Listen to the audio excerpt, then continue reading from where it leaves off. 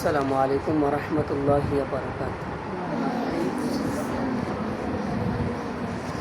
আলহামদুলিল্লাহি রাব্বিল আলামিন ওয়াসসালাতু ওয়াসসালামু আলা সাইয়্যিদিল মুরসালিন আম্মা বা'দু ফাআউযু বিল্লাহি মিনাশ শাইতানির রাজিম বিসমিল্লাহির রহমানির রহিম ওয়াসসালাতু ওয়াসসালামু আলাইকা ইয়া রাসূলুল্লাহ ওয়া আলা আলিকা ওয়া আসহাবিকা ইয়া হাবিবাল্লাহ। আলহামদুলিল্লাহ, মহান আল্লাহ তাআলা আমাদেরকে প্রত্যেক সপ্তাহে এই সপ্তাহ আমাদেরকে ইলমে দ্বীন শিক্ষার কিছু শোনার এবং শিক্ষার অর্জন করার তৌফিক দান করেছে বলে আলহামদুলিল্লাহ। আসুন আমরা আলোচনা করার পূর্বে একবার দুরূদ শরীফের ফজিলত শুনে নিই ইনশাআল্লাহ।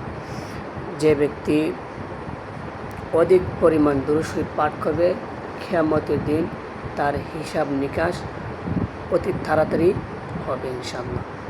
সাল্লু আলাল হাবিব সাল্লাল্লাহু আলা মুহাম্মদ। আসুন আমরা বয়ান শোনার কিছু নিয়াত করে নিই। যা শুনব মনোযোগ সহকারে শুনব এবং প্রথম থেকে শেষ পর্যন্ত শুনব ইনশাআল্লাহ, এবং যা শিখব তা স্মরণ রাখার চেষ্টা করব এবং অপরের কাছে পৌঁছে দেওয়ার চেষ্টা করব ইনশাআল্লাহ। প্রিয় আশিকানে রাসূল, রবিউল আউয়াল ইসলামী মাসের তৃতীয় মাস। কততম মাস? তৃতীয় মাস।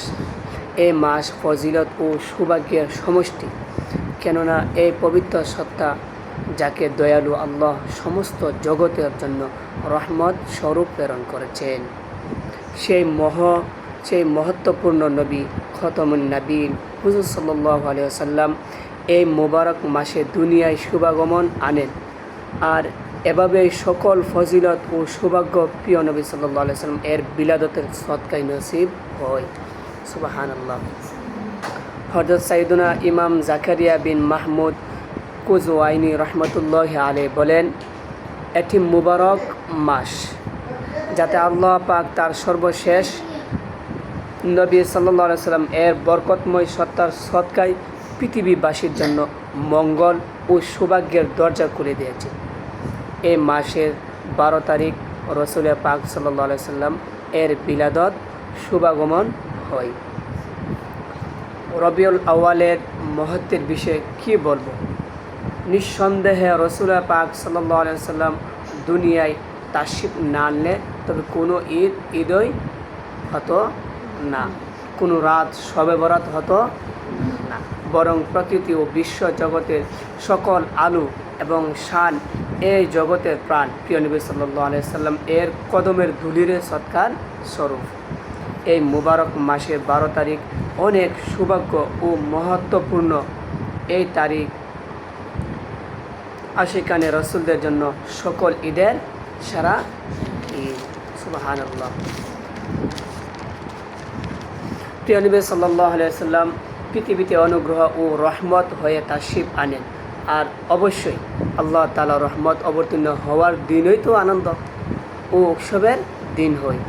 আল্লাহ তাআলা ইরশাদ করেন, বিসমিল্লাহির রহমানির রহিম, কুল বিফাদলিল্লাহি ওয়া বিরহমাতিহি ফাবিযালিকা ফালইফরাহু হুয়া খায়রুম মিম্মা ইয়াজমাউন।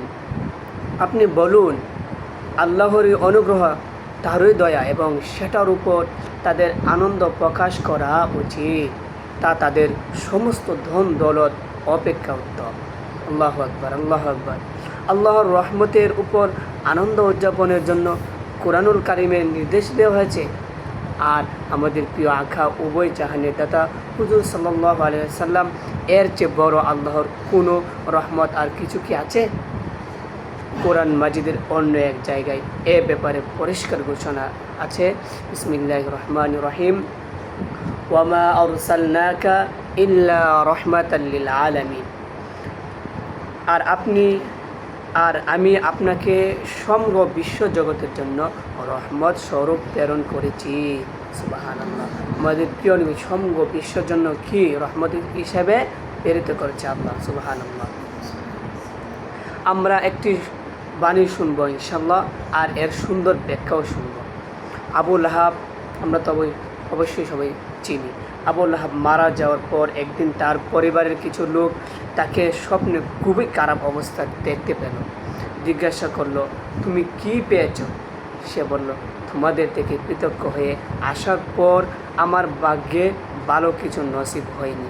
অতঃপর নিজের বৃদ্ধাঙ্গুলির নিচের বিদ্যমান ছিদ্রের দিকে ইশারা করে বলতে লাগলো, এটা ব্যতীত যে এটা থেকে আমাকে পানি পান করানো হয়, কেননা এর দ্বারা ইশারা করে আমি আমার দাসী সোয়াইবাকে আজাদ করে দিয়েছিলাম। সুবহানাল্লাহ। হযরত আল্লামা বদরুদ্দিন আইনি রহমতুল্লাহ আলাইহি বলেন, এই ইশারার উদ্দেশ্য এটা যে আমাকে কি সামান্য পানি দেওয়া হচ্ছে। এই হাদিসের ব্যাখ্যা আমরা একটু শুনবো ইনশাআল্লাহ।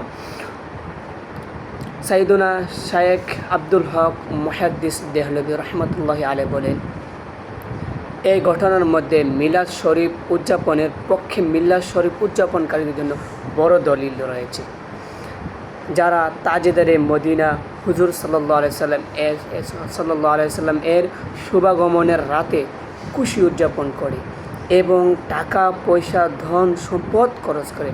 অর্থাৎ আবু লাহাব যে কাফির ছিল, সে তখন মদিনার তাজেদার রসুলদের সর্দার হুজুর সাল্লাল্লাহু আলাইহি সাল্লাম এর শুভাগমনের সংবাদে খুশি হওয়াতে এবং তার দাসী সোয়াইবাকে দুধ পান করানোর কারণে এর প্রতিদান হিসেবে মুক্তি দিয়েছিল। তবে মুসলমানদের কি মর্যাদা হবে, আল্লাহু আকবার, যার হৃদয় নবীর প্রেমে ভরপুর এবং আনন্দ চিত্রে মিলাদ শরীফের সম্পদ করেছে। কিন্তু অবশ্যই এটা মনে রাখতে হবে, আমরা মিলাদ শরীফ পালন করব শরীয়ত পাবে। বিভিন্ন ধরনের ফিতনা ফাসাদ এগুলা থেকে বেশি আমরা কি করব, মিলাদ শরীফ পালন করব ইনশাআল্লাহ। প্রিয় আশিকানে রসুল, ধুমধামের সাথে ঈদে মিলাদুন নবী উদযাপন করবো ইনশাআল্লাহ। যেহেতু আবু লাহাবের মতো কাফিরেরও বিলাদতের মুস্তফা সাল্লাল্লাহু আলাইহি সাল্লাম আনন্দ উদযাপন করার কারণে উপকার হয়েছে, তাহলে আলহামদুলিল্লাহ আজ্জা ওয়া জাল্লা আমরা তো মুসলমান, ঠিক না? আমরা তো মুসলমান। আবু লাহাব তো আল্লাহর রসুল সাল্লাল্লাহু আলাইহি সাল্লামের শুভাগমনের খুশি উদযাপনের নিয়তে নয়, বরং নিজের ভ্রাতুষ্পুত্র জন্ম নেওয়ার কারণে আনন্দিত হয়েছিল। এরপরও সে তার প্রতিদান পেয়েছিল। তাহলে আমরা যদি আল্লাহর সন্তুষ্টির জন্য আকা মাওলা মুহাম্মদ রাসূলুল্লাহ সাল্লাল্লাহু আলাইহি ওয়াসাল্লাম এর আগমনের আনন্দ উদযাপন করি, তাহলে কিভাবে বঞ্চিত থাকতে পারি? সুবহানাল্লাহ, আল্লাহু আকবার। কোনো একজন সম্মানিত আলিম রহমতুল্লাহ আলাইহি বলেন, আলহামদুলিল্লাহ, আমি তাজেদারে মদিনার প্রিয় নবী সাল্লাল্লাহু আলাইহি ওয়াসাল্লামকে স্বপ্ন যুগে দিদার লাভ করলাম। আল্লাহু আকবার। যে নবীকে স্বপ্ন দেখলো সে সত্যি সত্যি কাকে স্বপ্ন দেখলো? নবীকেই স্বপ্নে দেখলো, কারণ নবীর আকৃতি শয়তান ধরতে পারে না। তখন আমি আরজ করলাম, হে আল্লাহ রসুল সাল্লাল্লাহু আলাইহি ওয়াসাল্লাম, মুসলমানগণ যে প্রতি বছর আপনার শুভাগমনের আনন্দ উদযাপন করে, এটা আপনার পছন্দ কিনা? আল্লাহু আকবার। দয়ালু নবী হুজুর নূর সাল্লাল্লাহু আলাইহি ওয়াসাল্লাম ইরশাদ করলেন, যে আমার প্রতি খুশি হই আমিও তার প্রতি সন্তুষ্ট হই। যে আল্লাহ পাকের রসুল সাল্লাল্লাহু আলাইহি ওয়াসাল্লামের প্রতি খুশি হই, ওই রসুলও কী বলছে, আমিও তাদের প্রতি কি সন্তুষ্ট হই। সুবহানাল্লাহ। আমরা তো আলহামদুলিল্লাহ প্রতি বছরই কি ঈদে মিলাদুন নবী পালন করে আসছি। এই বছর আমরা ইনশাআল্লাহ ধুমধামের সাথে ঈদে মিলাদুন নবী পালন করবো ইনশাআল্লাহ। জি হ্যাঁ, সাইয়্যিদুনা মা আমিনা রাদিয়াল্লাহু তাআলা আনহা বলেন, একদা আমি দেখলাম যে তিনটি পতাকা, কয়টি পতাকা উত্তোলন করা হয়েছে? তিনটি পতাকা উত্তোলন করা হয়েছে। তার একটা পূর্বে, একটা পশ্চিমে, আর একটা কাবা শরীফের চাঁদের উপর। আর ইত্যবসরে হুজুরে আকরাম সরওয়ারে দু আলম সাহেবানে আদম সাল্লাল্লাহু আলাইহি ওয়াসাল্লাম এর বিলাদত হয়ে গেল। সুবহানাল্লাহ। সাল্লু আলাল হাবিব সাল্লাল্লাহু আলা মুহাম্মদ। আমরা একটি খুশির ঘটনা শুনবো ইনশাআল্লাহ, যার নবীর আশিকদের অন্তর খুশি হবে। আসুন শুনে নেই ইনশাআল্লাহ, আমরা মনোযোগ সহকারে শুনবো ইনশাআল্লাহ। মদিনায়ে মুনাওয়ারায় ইব্রাহিম নামে একজন ব্যক্তি মাক্কি মাদানী হুজুর সাল্লাল্লাহু আলাইহি ওয়াসাল্লাম এর আশিক ছিলেন।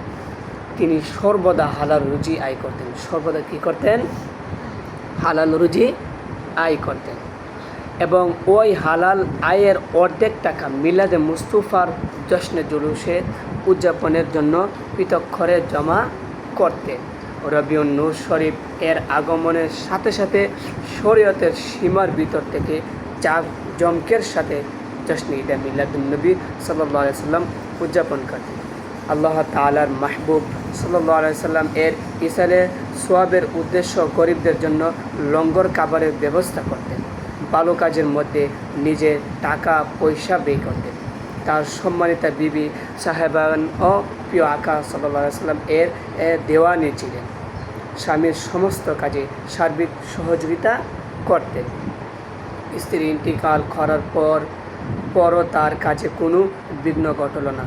একদা ইব্রাহিম তার যুবক সন্তানকে ডেকে উপদেশ দিলেন, হে প্রিয় সন্তান, আজ আমার ইন্তিকাল হবে। আমার সারা জীবনের পুঁজি বলতে 50টি দিরহাম ও 19 গজ কাপড় রয়েছে। কাপড়গুলি কাপড়ের কাজে ব্যবহার করবে। সে উপদেশ দিল, কাপড়গুলো কিসের কাজে ব্যবহার করবে? বলে দিছে কি কাপড়ের কাজে ব্যবহার করতে। আর যে বাকি রইল কি দিরহামগুলো, তা যদি সম্ভব হয় ভালো কাজে ব্যয় করবে। ওই আশিক তার সন্তানকে বলল যে কাপড়গুলো আছে তার কি করে দিত, কাপড়ের মধ্যে ব্যবহার করতো। আর যে দিরহামগুলো আছে তাকে উপদেশ দিল সে যেন কোনো ভালো কাজে ব্যয় করে।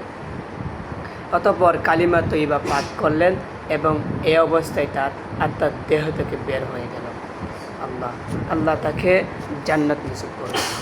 ছেলে ওসিয়ত মতো বাবাকে সমাদিত করলেন। এখন 50টি দিরহাম কোন ভালো কাজে ব্যয় করবে তা তার বুঝে আসছে না।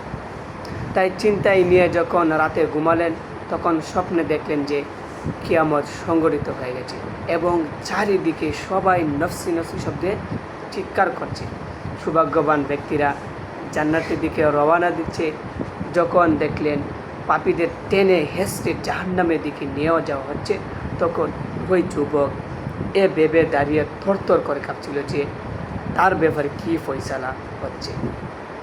ইতিমধ্যে অদৃশ্য থেকে আওয়াজ আসলো, এই যুবকের জান্নাতে যেতে দাও, সুবহানাল্লাহ। অতঃপর তিনি খুশি মনে জান্নাতে প্রবেশ করলেন এবং আনন্দ চিত্রে ভ্রমণ করতে লাগলেন। 7 জান্নাত ভ্রমণ করার পর যখন 8ম জান্নাতে যেতে চাইলেন তখন জান্নাতের দারোগা হযরত রিদওয়ান বললেন, এই জান্নাতে কেবল তারাই প্রবেশ করতে পারবে যারা মাহে রবিউন নূরে বিলাদতে মুস্তফা সাল্লাল্লাহু আলাইহি সাল্লাম এর দিনে আনন্দ উদযাপন করেছে। সুবহানাল্লাহ। এই কথা শুনে ওই যুবক বুঝতে পারলেন আমার সম্মানিত মরহুম পিতা মাতা এই জান্নাতেই হবে। এমত অবস্থায় আওয়াজ আসলো, এই যুবককে ভিতরে আসতে দাও, তার পিতা মাতা তার সাথে সাক্ষাৎ করতে চান। তখন তিনি ভিতরে প্রবেশের অনুমতি লাভ করলেন। আল্লাহু আকবার। ভিতরে প্রবেশ করে তিনি দেখতে পেলেন তার মাতা মরহুমা হাউজে কাউসারের নিকট বসা আছে।